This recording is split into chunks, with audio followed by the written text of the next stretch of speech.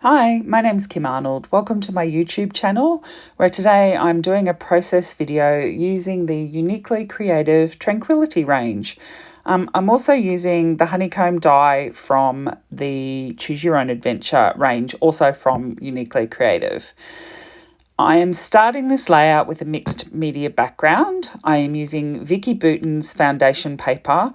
I love this paper for mixed media work. It is super heavy and very, very smooth. It's also a really nice shade of white, which sounds somewhat strange to say, but whites are very different colors. I find this is a sort of warmer white, but not a cream or anything like that. It's a really good paper for mixed media work. I love it. You don't need to pre-gesso. I mean, you can if you want to, but you don't need to. And I am using the Vicki Boutin gel crayons, which is a new product out with the Colour Study range. And I put some of those gel crayons onto my glass mixed media mat, and I am diluting them just with water.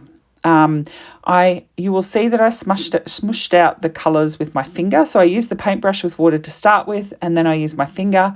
I do this if there's any little lumps of crayon, just to make sure that it's all really nice and smooth and broken up.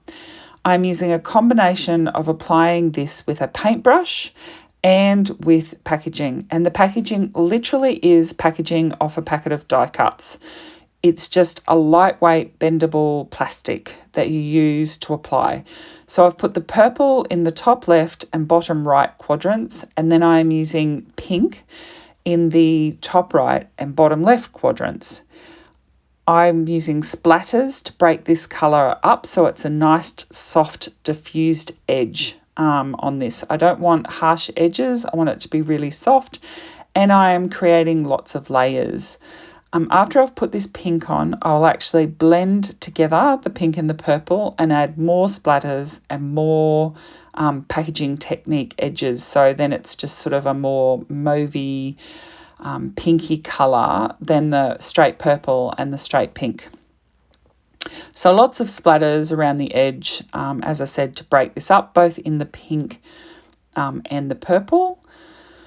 And I should very shortly blend those together.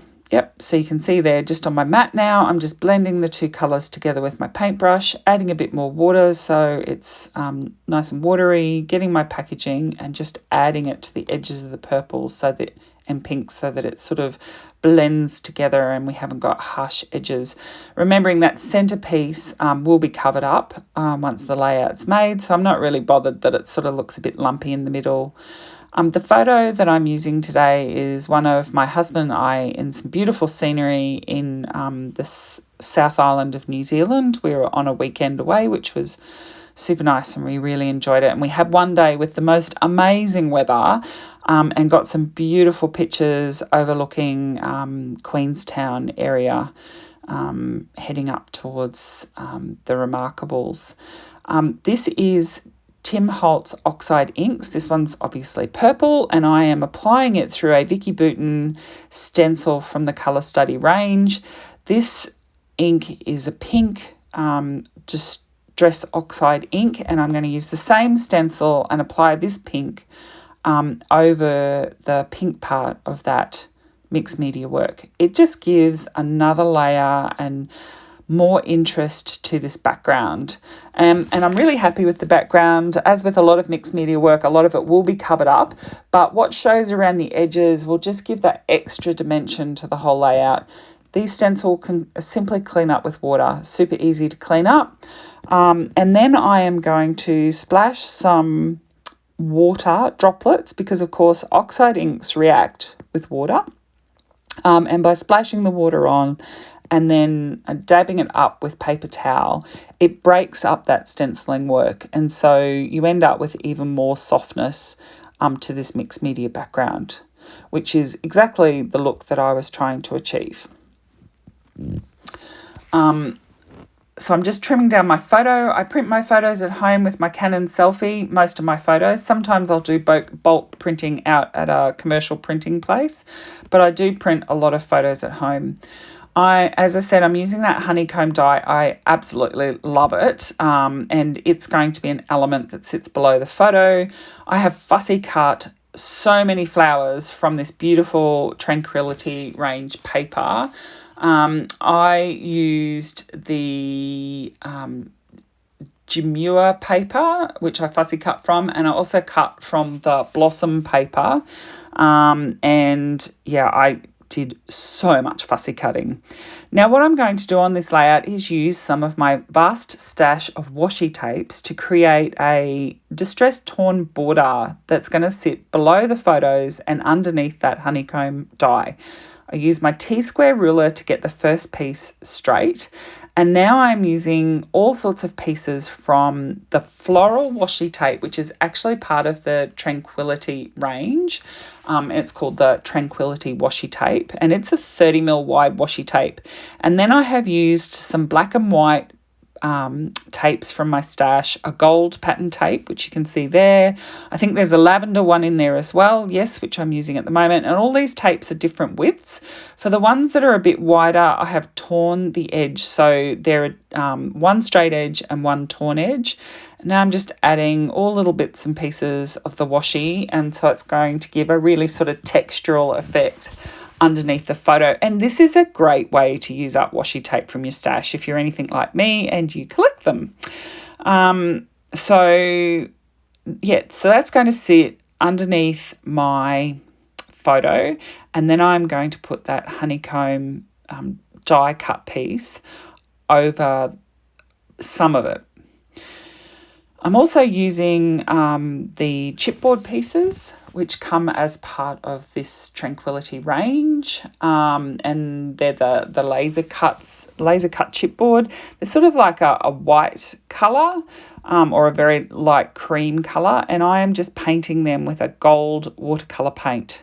Because the chipboard's such a pale colour, they paint up fantastic. So this is just, again, water and gold watercolour paint, and I'm just painting those up. I love gold on layouts, so you saw that I used some of the gold washi tape. I'm going to use gold on the chipboard pieces. I'm also going to put some gold splashes in the background, and then at the end of this layout I'll finish it with some large drips of gold acrylic paint, which you will see. So I'm just carrying the gold through this layout in all of the different layers that will be in the finished product.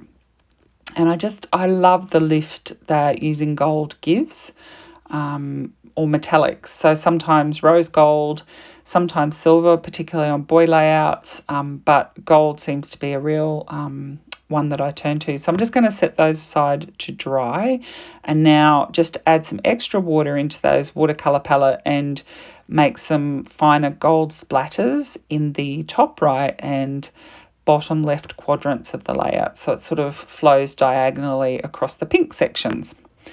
Put that away because I don't have a very big scrap space, so I sort of have to put stuff away as I go.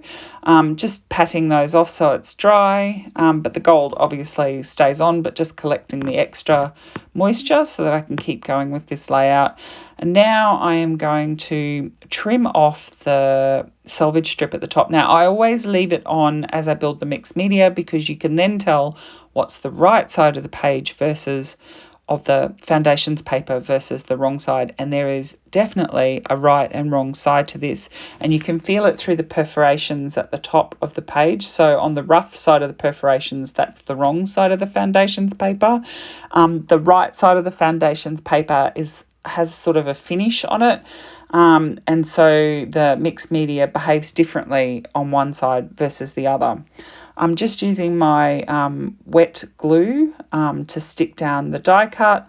I used wet glue or foam tapes to do all my adhesive work. Now, this is a craft foam. I'm just cutting this down to be the size behind my photo. It's sticky on one side. I get mine from Spotlight in Australia. I find that some of them are really nice and sticky, and then other colours aren't, because it's a mixed colour pack. The white ones are great, and I wish I could just get a whole pack of white, but I haven't found it yet. So now I'm just working my way around building up layers around the photo with all those die cuts. I'm cutting this gold frame in half diagonally so that I can tuck it below the top left and bottom right corners of the photo. So it creates like a little frame around a much larger photo than what the actual frame size is. And I am going to sit that title below the photo on the left.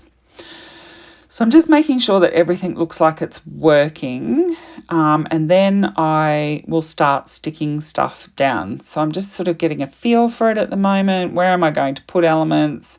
How's it going to look? Am I happy with that? Tossing up whether to use some of the little square pieces, and there's also some really cute phrases that were part of one of the cut apart sheets. I'm just seeing whether I'm going to include those, and I end up deciding to use the smaller one and include it as a layer in that washi tape section below the photo. So I'm now going to stick everything down. I am going to do some distress work on the left and right sides, and I will come to that in a minute. I decided to stick everything down before I did that. So I've just sped this up a little bit more. So I'm sticking those chipboard corners down, and now I'm just working my way around attaching everything down. For anyone that's interested, my glue is Art Glitter